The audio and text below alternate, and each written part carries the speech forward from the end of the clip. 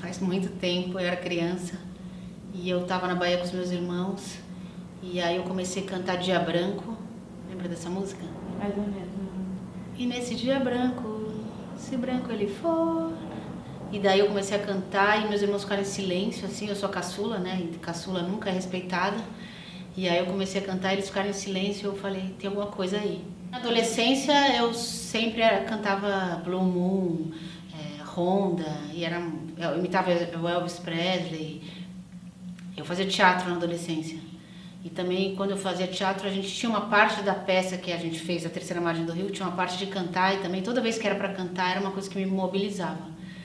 E foram vários insights ao longo do tempo, mas eu nunca achei que isso fosse alguma coisa que fosse de verdade, assim, que fosse minha vida naquele momento, né?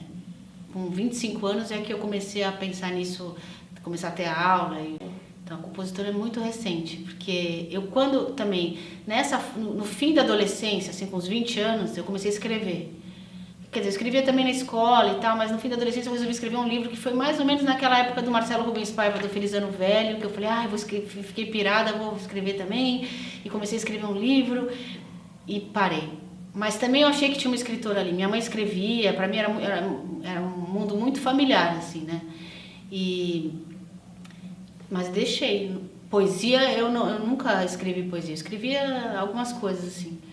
E há uns 6 anos atrás eu comecei a escrever poesia. Na verdade, a poeta, eu acho, foi muito, muito, muito por acaso, porque eu comecei a escrever muito no Facebook e uma menina muito jovem mandou uma mensagem para mim dizendo assim, você sabia que você é poeta? Eu falei, opa, não sabia, mas você está me avisando.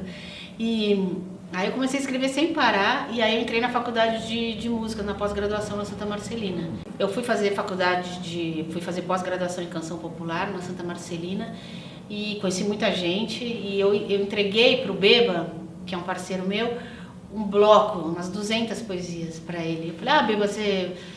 Porque o que aconteceu? O pessoal da pós, começou a ver as minhas poesias no Facebook e eles começaram a falar, escuta aqui, isso aqui pode ser música, tal, não sei o quê. E o Beba foi o primeiro. E daí eu dei por um instante apenas essa poesia para ele e ele me devolveu a partitura já. Foi assim histórico, eu queria enquadrar, entendeu? E daí a gente fez uns ajustes e tudo na letra, na melodia e tal, e foi a primeira música que eu fiz. E depois disso eu fiz música, acho que tinham 20 pessoas no curso, eu fiz com 10. Né? Fiz umas 10 canções ali durante aquele ano. E aí depois disso, então, o processo era meio de eu entregar a letra e receber a música. Depois disso começou a acontecer o contrário. Os parceiros darem a música para mim e eu colocar a letra na música deles. E depois disso, um processo mais independente de eu criar melodia e letra. Uhum. E agora eu estou estudando violão, então aí eu já fico com as 3 coisas, com a harmonia, com a melodia e com a letra, né, em algumas canções. Mas eu continuo fazendo isso. Agora acabei de fazer uma música com uma parceira também da escola, que pelo telefone, eu mandei, ela também viu no Facebook, gostou, eu falei, quer musicar? Ela musicou, mandou pelo WhatsApp pra mim, e aí a gente tá ajustando e tá saindo uma música nova. Os meus compositores prediletos, vamos dizer assim, tem tudo, né? Tem o Arnaldo Antunes, tem o Chico, tem o Caetano, tem o Gil, de intérprete tem a Nana, a Rosa Passos. Eu sou apaixonada pelo Tom Jobim, Paulinho da Viola. Gosto de canção. Da poesia, então, eu lancei um livro de poesia ano passado e a minha poesia é muito intuitiva, assim, apesar de eu ser apaixonada pelo Fernando Pessoa, já ter feito um monte de curso dele, adorar, eu voltei a ler poesia, depois que eu comecei a escrever poesia, eu voltei a ler e fazer oficina de escrita, porque aí eu senti a necessidade de estudar o que eu estava fazendo intuitivamente, né? Então eu fiz curso com Marcelino Freire de escrita literária, mas aí eu comecei a ler Bandeira, Drummond, o Fernando Pessoa mesmo, Cecília Meirelles, comecei a ler outras coisas também, né? Outros autores que eu também não conhecia. Eu não sei, eu acho que eu tenho um timbre diferente, um jeito de cantar diferente, eu não sei se... não sei aí no meu lugar e também não penso muito nisso, eu só penso que tem que ser muito verdadeiro. Então eu tenho muito prazer de me ouvir e não dá pra não fazer isso, se é tão prazeroso pra mim, né? Quando eu tô cantando as coisas que eu componho, em geral eu me lembro do momento que eu compus a música. Então quando eu canto Não Te Enganes, eu lembro exatamente que eu estava no túnel da 9 de julho e que eu escrevi a letra num papel em 5 minutos toda vez que eu canto, eu lembro eu passando no túnel da 9 de julho, quando eu tava fazendo a música.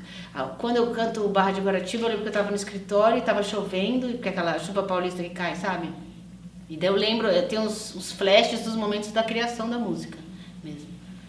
E tem outras que não, né? Que eu penso na historinha da música, que ela vira uma historinha que já não é minha, entendeu? Então ou às vezes eu não penso em nada, só fico curtindo também.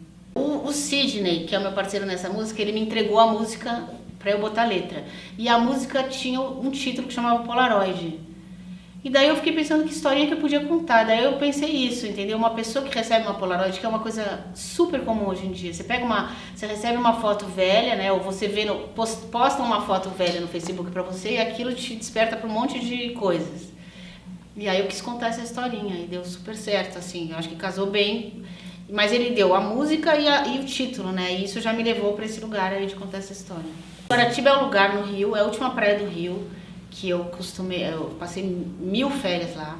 Moldura é uma poesia que eu fiz, que eu acho que é uma moldura uma poesia feliz, assim. Eu tava com o Fábio, que é o cara que fez a música comigo, e a mesma coisa, eu tava com aquele bloco de poesias.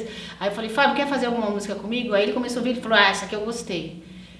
E fala do que é demais, que a gente não dá conta das coisas que são demais na vida, né?